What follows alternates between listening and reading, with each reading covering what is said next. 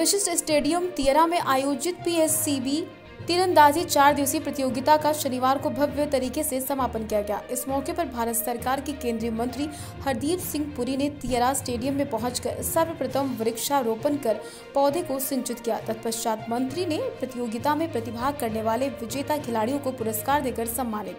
इस दौरान उन्होंने कहा, ये मेरे लिए बहुत हर्ष की बात, जिस जनपद सोनभद्र को मैंने गोद लिया, उस जनपद में जिला तीरंदाजी संघ द्वारा दूसरी बार पीएसपीबी तीरंदाजी प्रतियोगिता का आयोजन किया गया। उन्होंने कहा, हमारे देश के प्रधानमंत्री का ये संदेश, खेलेगा इंडिया तभी तो बढ़ेगा इंडिया, को आगे बढ़ाएंगे। जनपद के प्रतिभाशाली खिलाड़ियों को प्रतिभा दिखाने का मौका देकर उन्हें आगे बढ़ाने का हर संभव प्रयास। इस दौरान उन्होंने कहा, मैं चाहता हूँ जनपद में स्पोर्ट्स इंस्टीट्यूट की स्थापना हेतु शीघ्र प्रयास किया जाए। जल्द ही इस स्टेडियम में कोच की नियुक्ति की कार्रवाई सुनिश्चित कराई जाए, जिससे कि खिलाड़ियों को बेहतर तरीके से प्रशिक्षण दिया जा सके।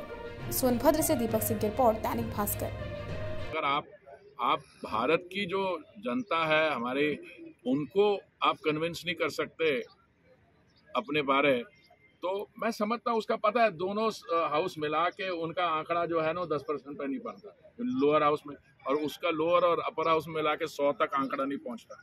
ठीक बात है।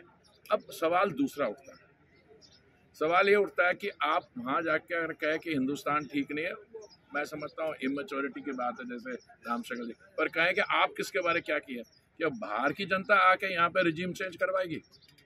नहीं, देखिए, हर एक का सेंस ऑफ प्रोपोर्शन होना चाहिए।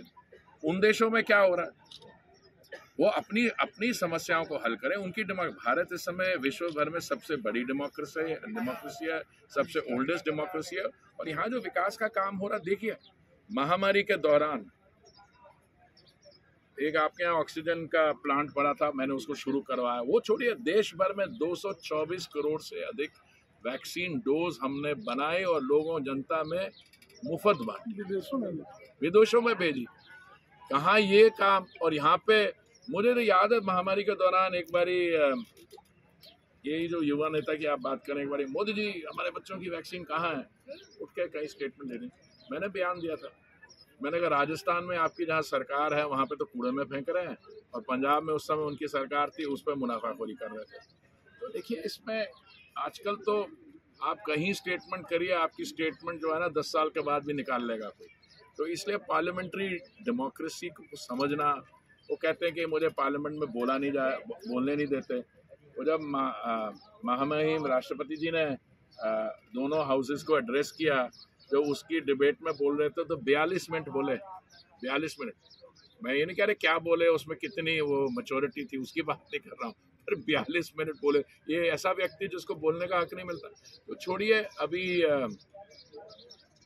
अगर हमें क्रेडिट देते हैं अपनी इन बातों का, तो मैं इसके बारे क्या कहूँ। सदस्यता जो निरस्त हुई, इसका कोई असर पड़ेगा भाजपा पे? हमें क्या पड़ेगा, मतलब हमारा स्टार कैंपेनर चला जाएगा, ये कह रहे हैं आप? ऐसा नहीं होता, ऐसा नहीं होता। भाजपा सिर्फ इस समय भारतवर्ष में सबसे बड़ी पार्टी नहीं है, विश्व भर में सबसे बड़ी पार्टी है। हमारा, आप उत्तर प्रदेश से आप ज़्यादा आपको जानकारी है, मैं तो देश भर में ट्रैवल करता हूँ।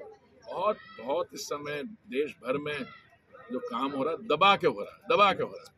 मैं आपको एक छोटा सा एक उदाहरण देता हूँ। मैं सितंबर 2017 में मंत्रिमंडल में मुझे मोदी जी ने शामिल किया, ठीक है।